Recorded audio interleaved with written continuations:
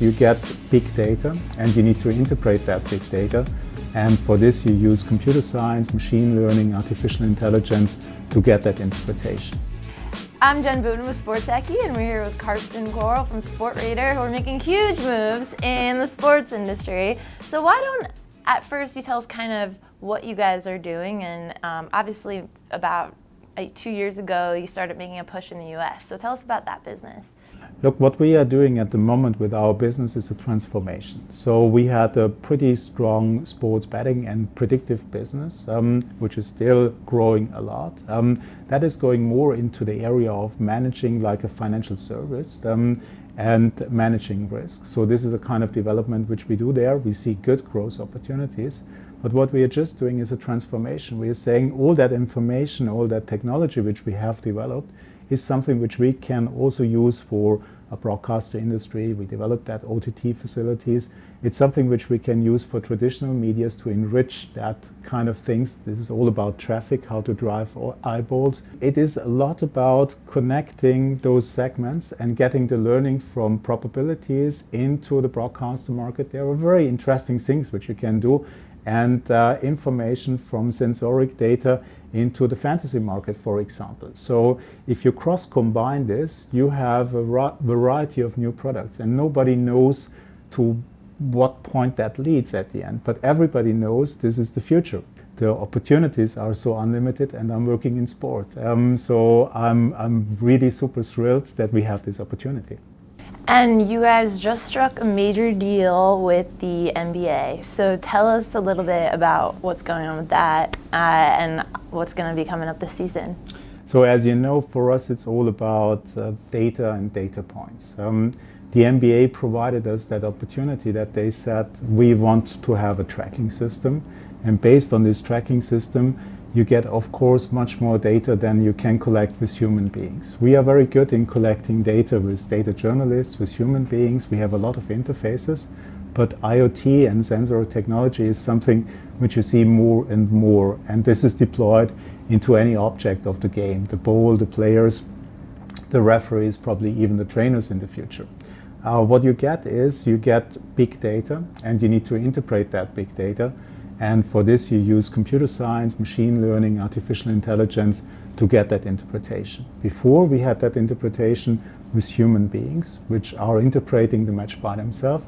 Now we need to put that technology layer on it and interpret this with technology. So this is the thing which we have there with the NBA.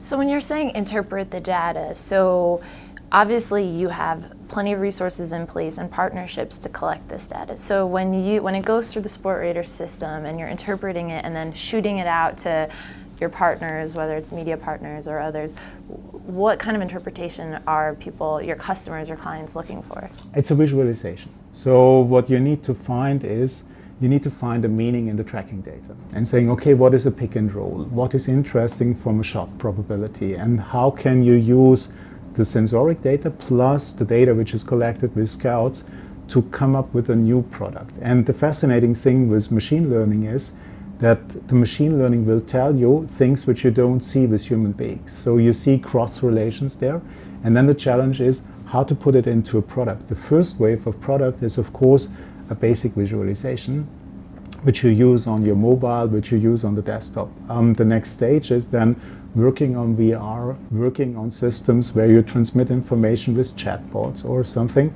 where you get more interactive. This is the second wave of products. At the moment, we are working on the first wave, and we like to deploy on the first wave a mobile product where we visualize some of the IoT data and some of the data which we collect on the ground. And some of this is going, well, I would say much of this is going, in the US at least, to boost fan engagement, right? So tell us a little bit about how you're interacting with these media companies to get fans more engaged, and how, that clearly seems to be the future of how people are consuming sports. I think it's fair to say what you have to do is you have to collect as much information as you can about the sport, about the players.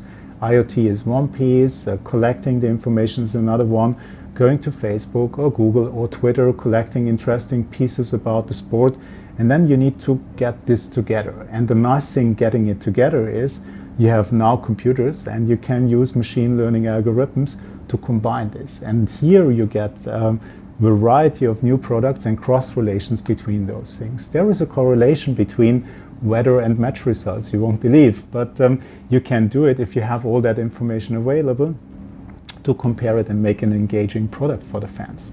And with fantasy, for example, people are making decisions. This is information that they're able to make decisions based off of for their fantasy leagues. And obviously in Europe, you guys have a different side of your business that is with betting houses. So how do you guys kind of separate those two businesses, and how are those international communities benefiting from all this data?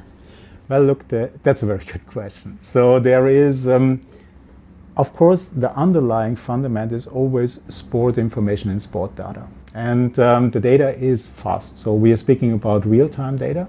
We're speaking about data which has a 0.8 or 1 seconds delay.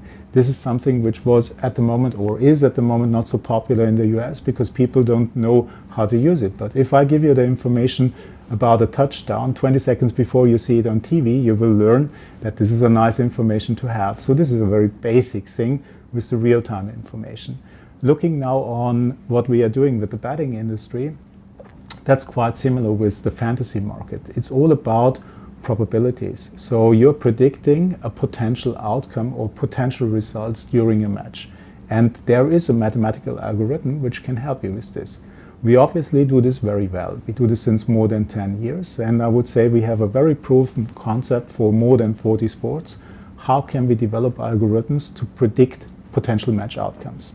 And that is very interesting for your fantasy pick. We think we are very good in this. And we think that this opens a new business opportunity if we are looking to the fantasy market, and we are very heavily developing here products and tools for fantasy player, helping them to improve the game and make it more thrilling.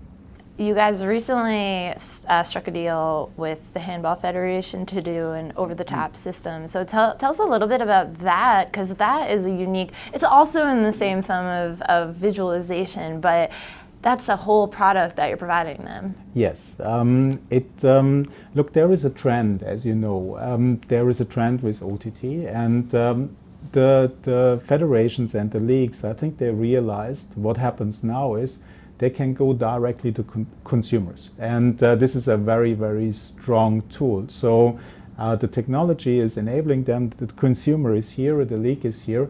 They don't need this infrastructure with satellites and broadcasters and cables. You can transmit these things via internet. That's a very basic trend. And we see that is happening all over the place. And I don't tell you any kind of secrets that this is a market which is exploding currently.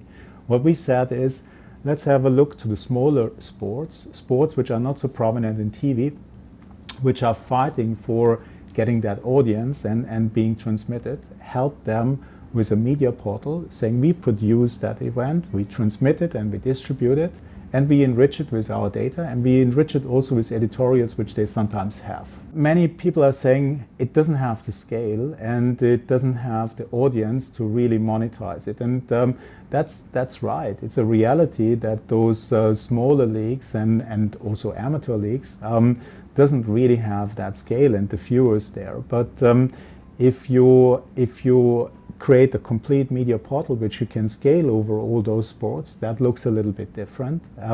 This is always a strong commitment from Sportradar to individual sports. It's not about the major sports. It's not about NBA or NFL. They know very well how to sell their product. It's a very high-priced product. Also a very interesting market, if you ask me, but not a market where Sportradar wants to play. And recently you also struck a deal in China. So can you talk a little bit about, this is obviously, is this your first major expansion in China, and why is that important for you guys, and what does it entail?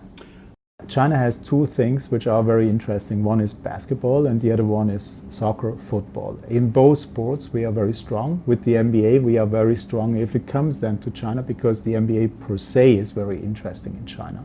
So it was a very natural step to say, now that we have the NBA deal, that we can make all this fancy technology around visualizing IoT data, that there is a demand in the Chinese market. This is something where I believe, let's say in 5 years, China might pick up with the US from a market size, because the development is very dynamic. That's looking now really far in the future in a dynamic market, and you never know. But looking to what I see and what happens there, I believe it's a qualified guess to say in 5 years that market sizes for our information and services might be identical.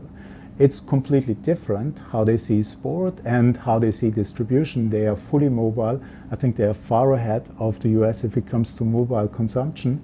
But the way how they do it is completely different to what we are used here. So it's very exciting for us. But the underlying thing, the fundament, the sport and the technology and the sport data is the same. Find out more about what Sportradar is doing on SportTechie.com.